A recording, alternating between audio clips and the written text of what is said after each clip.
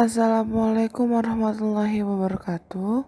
Perkenalkan, nama saya Ramadan Kusuwatima, NIM 1811703 dari program studi biologi. Pada kesempatan kali ini saya akan mereview jurnal yang berjudul Pengaruh Jumlah dan Frekuensi Pemberian Air pada Pertumbuhan dan Hasil Tanaman Edamame atau Glycine Max L. Merrill. Jurnal ini disusun oleh Sulinda Istininggia dan Nur Edi Suminarti. Berikut ini adalah outline yang akan kita bahas. Pertama, pendahuluan. Kedua, metodologi penelitian. Ketiga, hasil dan pembahasan. Dan keempat, kesimpulan. Baiklah, kita langsung ke bagian pertama, yaitu pendahuluan. Kedelai sayur atau Glycine Max L. Merrill atau biasa disebut edamame ialah salah satu jenis leguminosae yang termasuk ke dalam kategori tanaman sayur atau green soybean vegetable. Biji edamame memiliki rasa yang manis, tekstur yang lebih lembut, dan biji yang berukuran lebih besar, serta nutrisi dalam bijinya lebih mudah dicerna oleh tubuh dibandingkan kedelai biasa. Tanaman edamame umumnya ditanam di lahan sawah sepanjang musim, baik musim penghujan maupun pada musim kemarau, sehingga memiliki kendala utama berupa rendahnya tingkat ketersediaan air pada musim kemarau serta kelebihan air pada musim penghujan. Sehingga perlunya upaya pendekatan dalam peningkatan efisiensi penggunaan air, yaitu dengan mengetahui tingkat kebutuhan dan frekuensi pemberian air tanaman edamame. Karena air merupakan senyawa penting untuk keberlangsungan tanaman yang berfungsi sebagai komponen pelarut untuk melarutkan unsur hara sehingga dapat digunakan oleh tanaman. Percobaan ini bertujuan untuk memperoleh informasi yang baik tentang jumlah dan frekuensi pemberian air pada tanaman edamame, sehingga efisiensi penggunaan air serta produksi edamame dapat ditingkatkan. Selanjutnya, metodologi penelitian. Penelitian ini dilaksanakan pada bulan Juni sampai Agustus 2016 di Greenhouse, Fakultas Sains dan Teknologi Universitas Islam Negeri Maulana Malik Ibrahim, Malang. Rancangan penelitian yang digunakan pada penelitian ini adalah rancangan petak terbagi atau RPT dengan 3 kali pengulangan, di mana perlakuan jumlah pemberian air ditempatkan pada petak utama, sedangkan frekuensi pemberian air ditempatkan sebagai anak petak. Analisis pada penelitian ini yaitu analisis pertumbuhan tanaman yang meliputi laju pertumbuhan, relatif, dan indeks panen. Data yang dianalisis menggunakan analisis sidik ragam pada taraf 5%.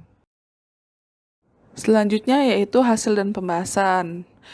Pada hasil dan pembahasan ini dibagi beberapa subtopik, yaitu panjang akar, bobot segar akar, luas daun, bobot kering total, jumlah polong per tanaman, bobot polong per tanaman, dan indeks panen. Berdasarkan pengamatan panjang akar, tidak terjadi interaksi antar berbagai jumlah dan frekuensi pemberian air, serta pengaruh nyata dari jumlah pemberian air pada parameter panjang akar. Panjang akar hanya dipengaruhi oleh frekuensi pemberian air pada umur 30, 45, dan 60 hari setelah tanam. Dapat dilihat pada tabel 1, perlakuan frekuensi pemberian air menunjukkan bahwa panjang akar lebih panjang pada frekuensi pemberian air 1 hari sekali dibandingkan dengan frekuensi pemberian air 3 kali sehari. Hal ini dapat dikaitkan dengan ketersediaan air dalam tanah yang memicu pertumbuhan akar. Berdasarkan hasil pengamatan bobot segar akar, Interaksi terjadi antara berbagai jumlah dan frekuensi pemberian air pada parameter bobot segar akar pada usia pengamatan 15 hari setelah tanam. Berdasarkan tabel 2, pada berbagai jumlah pemberian air umumnya memperlihatkan bahwa frekuensi pemberian air 1 hari sekali menghasilkan bobot segar akar paling berat daripada frekuensi pemberian air 3 kali sehari. Hal ini dapat dikaitkan dengan pengaruh jumlah air dalam tanah terhadap konsentrasi hara dalam larutan tanah dan laju pergerakan hara ke akar. Berdasarkan hasil pengamatan luas daun, daun merupakan organ asimilator penting bagi tanaman. Berdasarkan hasil pengamatannya, tidak terjadi interaksi antar berbagai jumlah dan frekuensi pemberian air pada pengaruh nyata dari jumlah pemberian air pada parameter pengamatan luas daun. Luas daun hanya dipengaruhi oleh frekuensi pemberian air pada umur 45 hari setelah tanam.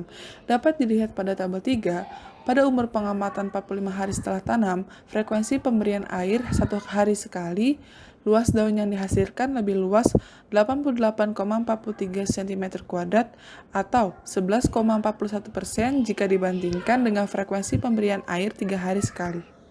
Hal ini dapat dikaitkan dengan pengaruh air terhadap ukuran organ tanaman. Berdasarkan hasil pengamatan bobot kering total tanaman, besar asimilat yang dihasilkan oleh tanaman dapat diketahui melalui pengukuran bobot kering total tanaman. Hasilnya tidak terjadi antar berbagai jumlah dan frekuensi pemberian air maupun pengaruh nyata dan frekuensi pemberian air pada parameter bobot kering total tanaman. Bobot kering total tanaman hanya dipengaruhi oleh jumlah pemberian air pada usia 45 hari setelah tanam. Dapat dilihat pada tabel 4, pemberian air 400 mm maupun 500 mm per musim nyatanya lebih rendah 0,68 gram dan 2,5 gram jika dibandingkan dengan pemberian air sebanyak 600 mm per musim. Berdasarkan hasil pengamatan jumlah polong per tanaman, hasil analisis seragam menunjukkan bahwa terjadi interaksi antara berbagai jumlah dan frekuensi pemberian air pada parameter jumlah polong per tanaman pada umur pengamatan 45 hari setelah tanam. Dapat dilihat pada tabel 5. Jumlah polong lebih banyak didapatkan pada jumlah pemberian air sebanyak 3 dan 400 mm per musim yang frekuensinya diberikan 1 hari sekali dan 500 dan 600 mm per musim yang frekuensi pemberiannya diberikan 3 hari sekali. Hal ini berkaitan dengan ketersediaan air pada masa pembentukan bunga yang mempengaruhi jumlah biji dan bobot biji. Berdasarkan hasil pengamatan bobot polong per tanaman, bobot polong per tanaman tidak terjadi interaksi antar berbagai jumlah dan frekuensi pemberian air serta pengaruh nyata dari frekuensi pemberian air pada parameter bobot polong per tanaman. Bobot polong per tanaman hanya dipengaruhi oleh jumlah pemberian air pada umur 45 hari setelah tanam. Dapat dilihat pada tabel 6, bobot polong per tanaman hanya dihasilkan pada pemberian air 600 mm per musim yang nyatanya lebih berat 1,2 gram dan 3,61 gram jika dibandingkan dengan pemberian air sebanyak 400 dan 500 mm per musim. Berdasarkan pengamatan indeks panen, tidak terjadi interaksi antar jumlah dan frekuensi pemberian air serta pengaruh nyata dari jumlah pemberian air tidak terjadi pada parameter indeks panen. Indeks panen hanya dipengaruhi oleh frekuensi pemberian air. Pada tabel 7, kita dapat lihat bahwa tidak ada pengaruh nyata pemberian air pada 3 hari dan 2 hari sekali. Namun demikian, pada frekuensi pemberian air 1 hari sekali, dapat dilihat indeks panennya lebih besar 10,29% dari pemberian air 3 hari sekali. Hal ini berkaitan dengan frekuensi irigasi yang berpengaruh terhadap produksi edamame. Kesimpulan pada penelitian ini yaitu jumlah pemberian air tidak mempengaruhi secara nyata pada seluruh komponen pertumbuhan dan hasil yang diamati.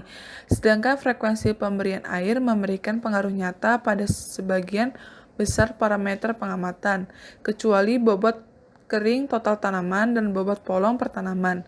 Namun demikian, pemberian air sebanyak 300 mm per musim yang diberikan 1 hari sekali lebih efisien untuk pertumbuhan dan hasil tanaman edamame. Terima kasih atas perhatiannya. Wassalamualaikum warahmatullahi wabarakatuh.